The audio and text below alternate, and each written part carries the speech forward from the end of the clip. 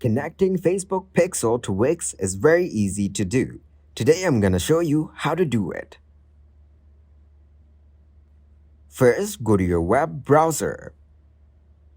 Now search for Wix login. Click to open its official website. Make sure you're logged in with your account. Now click on Select and Edit Site. Once you're in, scroll down your left panel and go to Marketing and SEO.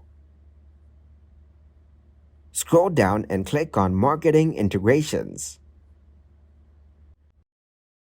Here you have the option of Facebook Pixel and CAPI. Click on Connect.